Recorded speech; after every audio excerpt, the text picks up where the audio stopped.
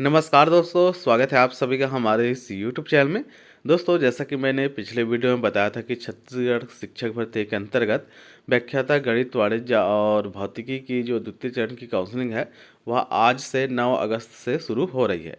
तो इस वीडियो हम बात करेंगे कि आज के काउंसलिंग में, द्वितीय चरण की काउंसलिंग में कितने रैंक तक के अभ्यर्थी जो है शामिल होंगे, कितने अभ्यर्थी शामिल होंगे और आप लोग काउंसलिंग कैसे करा सकते हैं उसकी जानकारी इस वीडियो में देंगे।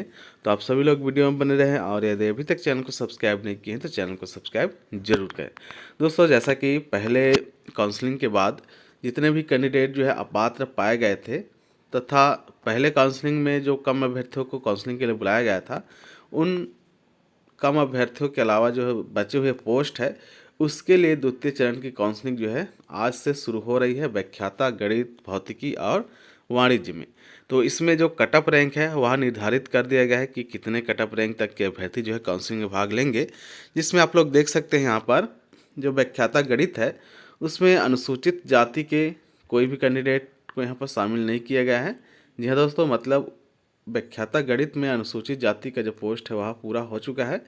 इसके अलावा यदि हम बात करें अनुसूचित जनजाति एसटी कैटेगरी की, तो एसटी कैटेगरी में दोस्तों 958 से 1000 रैंक तक के अभ्यर्थी, मतलब इतने रैंक तक के जितने भी एसटी कैटेगरी है वो जो कैंडिडेट है वह काउंसलिंग में भाग लेंगे, जो कि लगभग 11 कैंडिडेट ऐसे हैं जिनका रैंक जो है 958 से 1000 तक है व्याख्याता गणित में एसटी कैटेगरी में। मतलब ये 11 अभ्यर्थी जो है काउंसलिंग में भाग लेंगे। और दिव्यांग की बात करें तो दिव्यांग में जो है पूरा पोस्ट भर चुका है।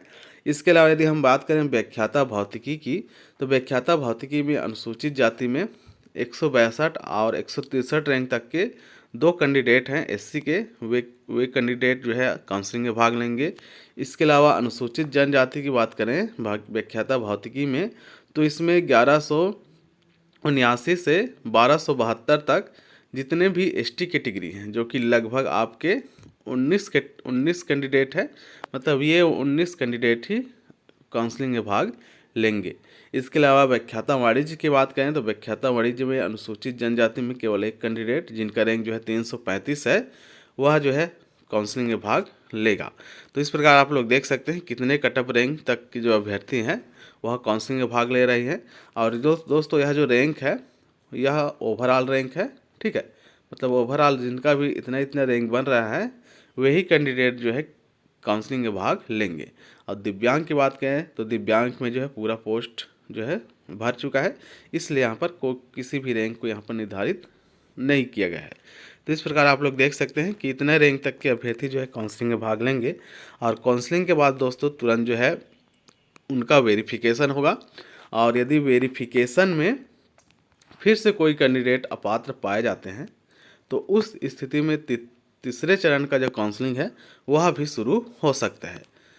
और यदि हम बात करें अपात्रों की, किस कारण अपात्र होते हैं व्याख्याता में, तो दोस्तों कई कैंडिडेट ऐसे होते हैं जिनके पास जो है बीएड की डिग्री नहीं होती है, इस कारण से वे अभ्यर्थी जो है अपात्र हो जाते हैं। और उन अपात्रों की जगह पे फिर से नए काउंसलिंग के माध्यम से उस पोस्ट को भरा जाता है। तो हो सकता है कि तीसरा काउंसलिंग भी इसके लिए शुरू हो सके। और काउंसलिंग की जो प्रक्रिया है वह आज से शुरू होगी। 9 अगस्त से दोपहर 12 बजे से पोर्टल खुलेगा और 15 अगस्त तक रात्रि 12 बजे तक आप लोग जो है इसके लिए काउंसलिंग करा सकते हैं। और काउंसलिंग के बाद दस्तावेज सत्यापन भी होगा। नीचे यहाँ पर लिखा है, आप लोग देख सकते हैं, विज्ञापित पदों में रिक्तियों के आधार पर आगामी चरण के दस्तावेज सत्यापन के लिए कटअप रैंक की जानकारी स्कूल शिक्षा विभाग की वेबसाइट educationportal.c.nic.in पर जारी किए जाएंगे। अभ्यर्थी से अनुरोध है कि विभाग की वेबसाइट का नियमित अवलोकन करते रहें। अभ्यर्थी दस्तावेज सत्यापन के समय आधार कार्ड की मूल प्रति साथ लेकर आएँ, मतलब आपको आधार कार्ड लेकर आना होगा, ठीक है।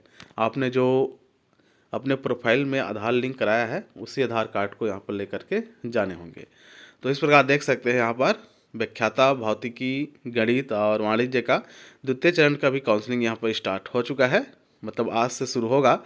लेकिन दोस्तों शिक्षक और सहायक शिक्षक की काउंसलिंग अभी भी शुरू नहीं हुआ है।